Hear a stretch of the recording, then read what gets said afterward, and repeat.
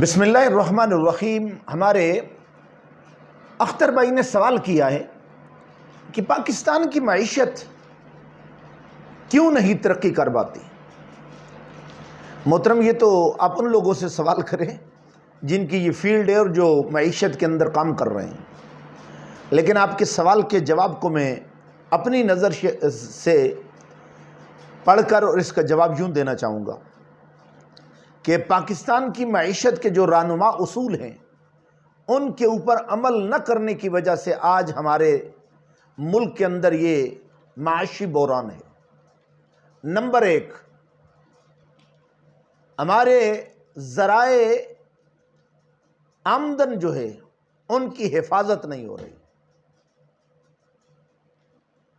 Number دو، جو ہمارے ذرائع آمدن ہے ان کی اگر حفاظت ہوتی ہے، جن کو اکٹھا کیا جاتا ہے، تو ان کی منصفانہ تقسیم نہیں۔ نمبر تین، جو ہمارے پاس ذرائع آمدن ہے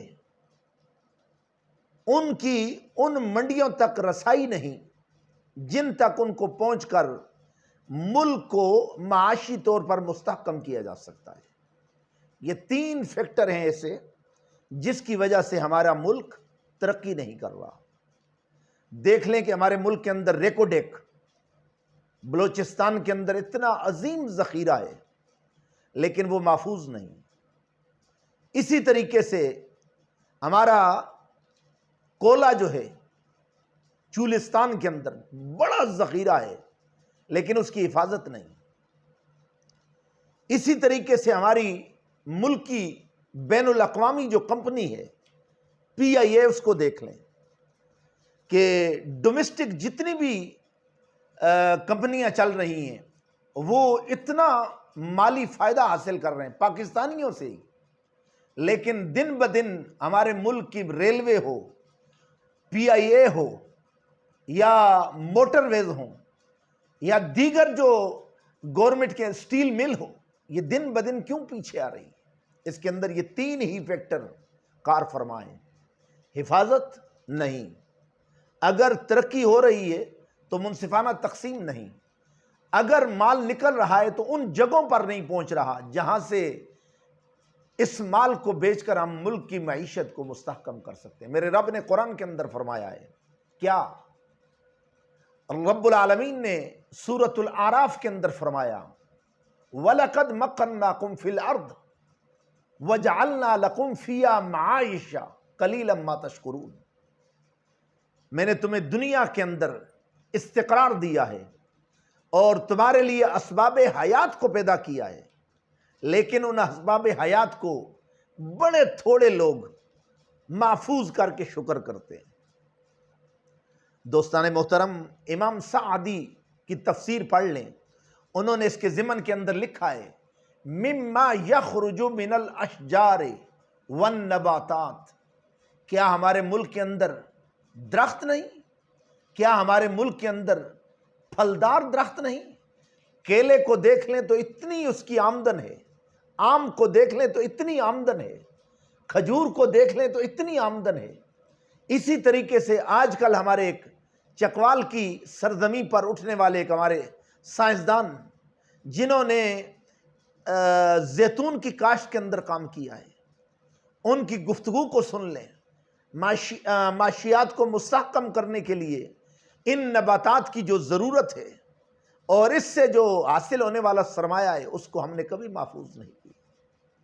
اسی طریقے سے معادن الارض، ریکوڈیک اس کا دیکھ لیں، بلوچستان کا چولستان کا کولا دیکھ لیں، اور اسی طریقے سے بنو اور کوہاٹ سے آگے شکردرہ کے اندر نکلنے والا تیل اور گیس دیکھ لیں، یا اسی طریقے سے آگے نکل کر جو ہمارے مغربی باؤنڈری ہے اس کے قریب جو تیل نکل رہا ہے، جو گیس نکل رہی ہے، اس کی حفاظت۔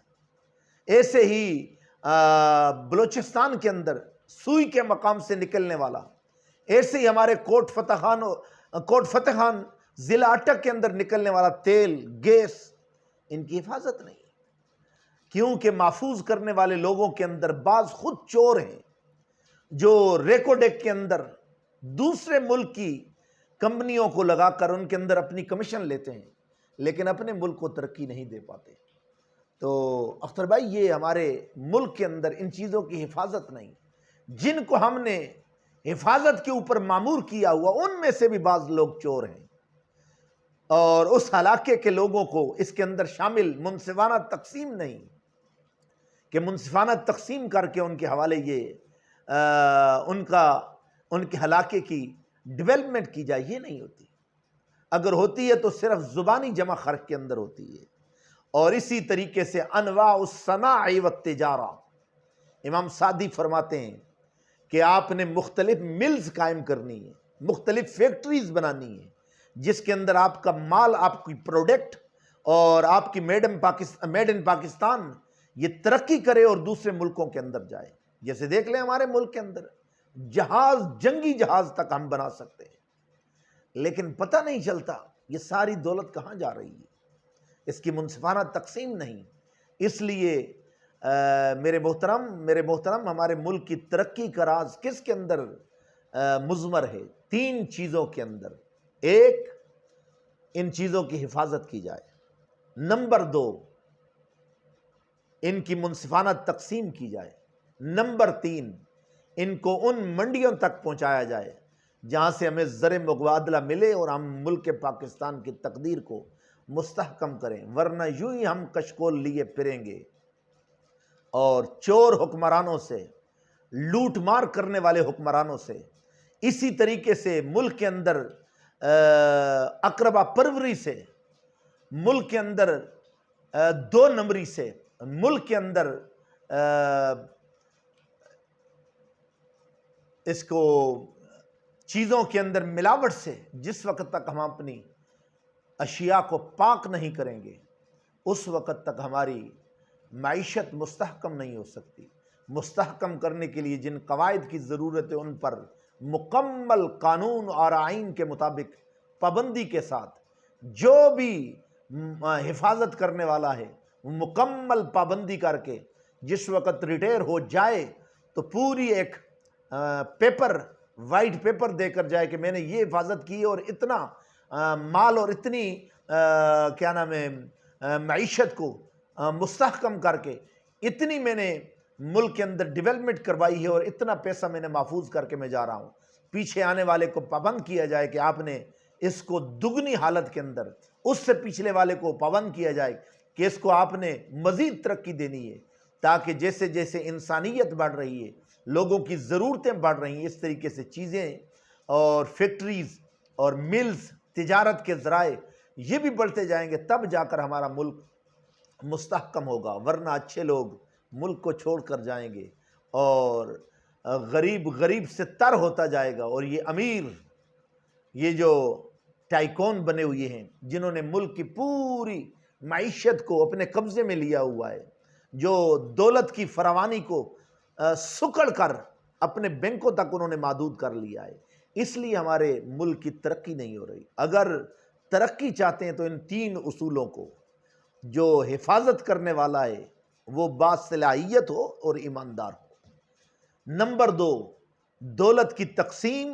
اور معیشت سے آنے والی آمدن منصفانہ طور پر پورے ملک کے اندر تقسیم ہو۔ نمبر 3، ان چیزوں کو ان منڈیوں تک پہنچایا جائے جس سے ہمیں حقیقی معنوں کے اندر سرمایہ ملے اور ہم اپنے ملک کی ترقی اور ہم اپنے ملک کو اس ناج پر لے کر جا سکیں جس پر اس کو لے کر جانے کی ضرورت ہے۔ یہ نہیں ہوگا تو پھر سمجھ لیں اللہ نے جو اسلوب اور نبی کریم صلی اللہ علیہ وسلم نے جو اصول ہمیں متعین کر کے دیے ہیں اسلام کے، ان کے اوپر ہمارا عمل نہیں ہوگا تو ہم کبھی بھی ترقی نہیں کر سکتے، کبھی بھی ترقی نہیں کر سکتے۔ کیونکہ پاکستان کا مطلب کیا؟ لا الہ الا اللہ، دستور ریاست کیا ہوگا؟ محمد الرسول اللہ۔